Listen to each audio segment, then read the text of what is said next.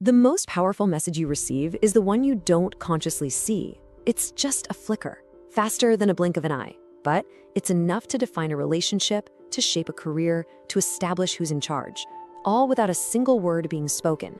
Today, we're pulling back the curtain on this hidden world of microexpressions, these tiny, fleeting signals that reveal who really holds the power in any room. Look, this isn't about what people say. It's about what their faces betray.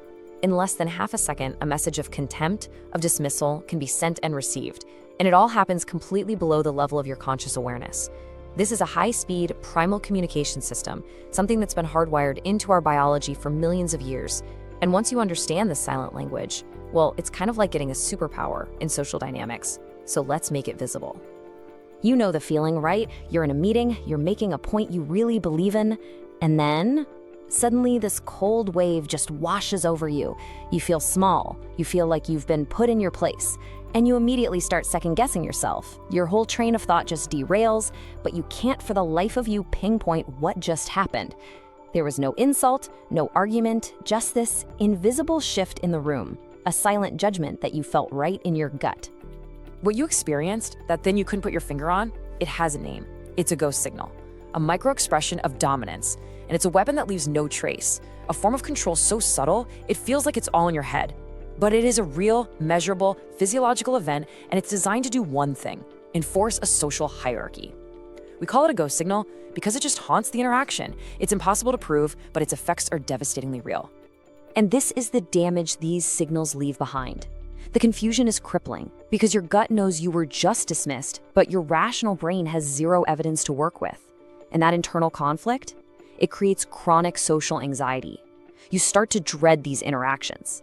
And that anxiety, over time, it leads to decision paralysis because your confidence is just being systematically eroded from the inside. Eventually, after repeated exposure, you're just left with this pervasive sense of helplessness, like you're trying to navigate a world full of invisible traps. So, in this explainer, we're going to arm you with a strategic framework to see and navigate this hidden world. First, we'll define what the ghost signal actually is. Then, we'll get into the anatomy of these expressions. We'll uncover the engine of control, how that tiny signal becomes real power.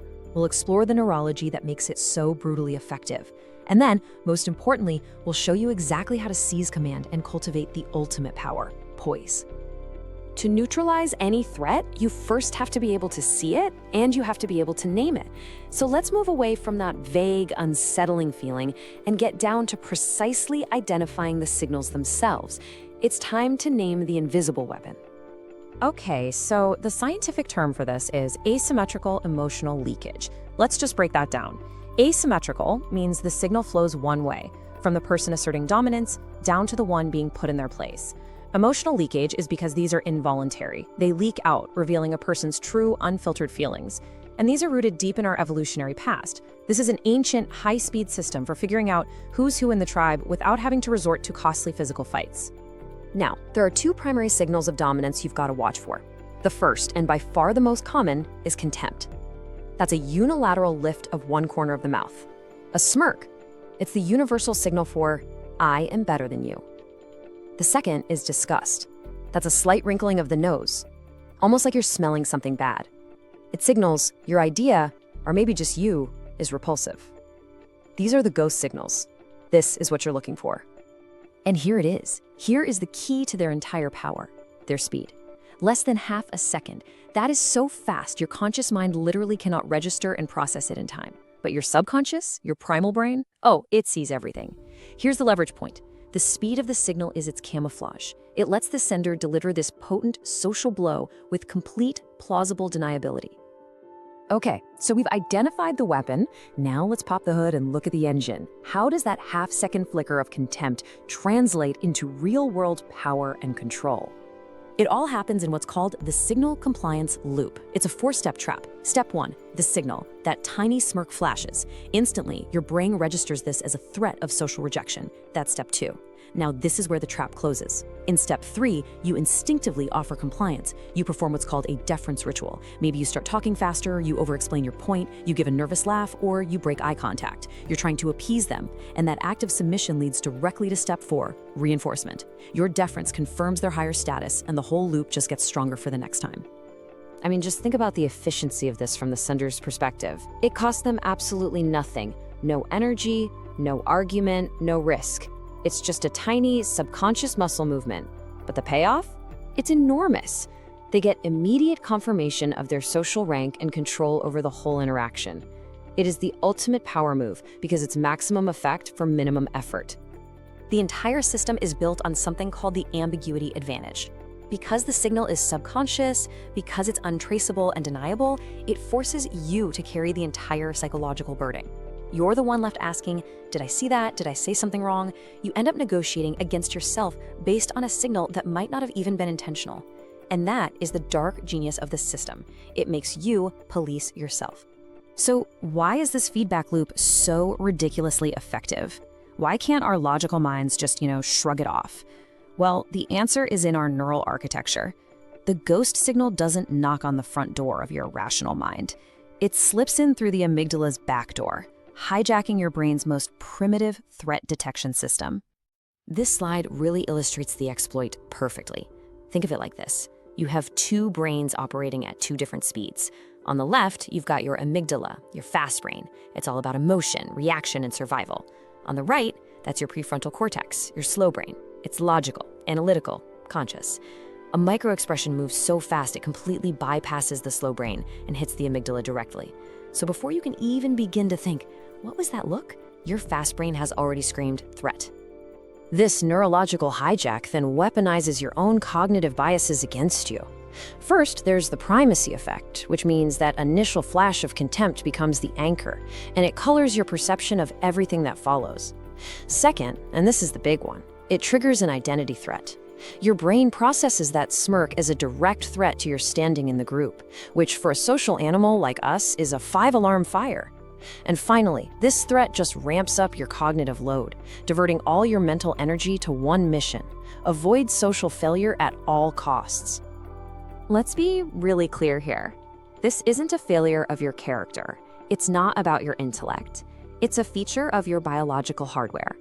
When your primal brain feels the threat of social exclusion, its default setting is to submit in order to maintain connection with the tribe.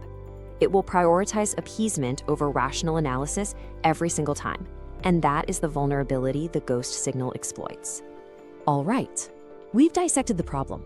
We understand the weapon, we understand the engine, and we understand the neurological exploit. Now we pivot from analysis to action. This is the tactical briefing. This is how you stop being a victim of the signal and start seizing command of the interaction. Step 1 is simple. Recognize the attack in real time. You have to learn to trust your gut. That sudden nonverbal hit of dismissal, that compulsive urge you get to start talking faster or to justify yourself, that feeling of your stomach dropping, of your own status just shrinking in the room, that is your internal alarm system screaming at you that a ghost signal has just been deployed. So the overarching strategy is simple in theory, but it is profoundly powerful in practice. Your fast brain, your amygdala, has been hijacked. The countermeasure is designed to take the conflict out of that emotional, reactive space and deliberately move it into the rational, analytical space of your prefrontal cortex. You are going to force a system reboot. Here is the two-step protocol. The moment you detect the signal, you deploy a strategic pause. Stop talking, even mid-sentence. Take a deliberate, visible breath. This conspicuous calm is a massive power move. It denies them the submissive deference ritual their subconscious expects, and it immediately breaks the feedback loop. Then, from that place of calm, you execute a neutral inquiry. This is the tool. Memorize this exact phrase. I noticed a momentary change in your expression. Could you clarify? Look at its construction. It's not an accusation. You're not saying, "Did you just smirk at me?" It's a calm, non-confrontational observation. I noticed a change, followed by a simple, rational request. Could you clarify? You are calmly and politely forcing their ambiguous, nonverbal signal into the concrete, verbal world. And this is exactly why it works so well. The neutral inquiry instantly evaporates their ambiguity advantage. You drag the ghost signal out of the shadows and into the light. Now, they are the ones who are forced to engage their own slow, rational brain to answer a direct, legitimate question. The entire power dynamic of the interaction shifts in that one moment. You've moved the conflict on your home turf, conscious, rational discourse. But this tactical countermeasure isn't just some clever trick. It actually points to a much deeper truth about where real power comes from. It's not about being aggressive or trying to signal your own dominance. It's about cultivating an unshakable internal resource. Here is the ultimate lesson in all of this. The person who's deploying microexpressions of contempt is in fact emotionally volatile. They are leaking their insecurity and their need to feel superior. True power belongs to the person who can receive that signal, recognize it for what it is, and maintain their own internal emotional stability, their poise. Real control is self-control. It's the ability to stay calm and rational when your primitive brain is screaming at you to panic. I want you to remember this in every interaction you have. Emotional volatility is a vulnerability. It's a crack in your armor that can be exploited. But emotional stability, that is the ultimate power. It's the firm ground from which you can observe, analyze, and act with intention, rather than just react out of fear. If you can cultivate that stability, you become immune to the ghost signals that control everyone else. Volatility is vulnerability. Stability is power.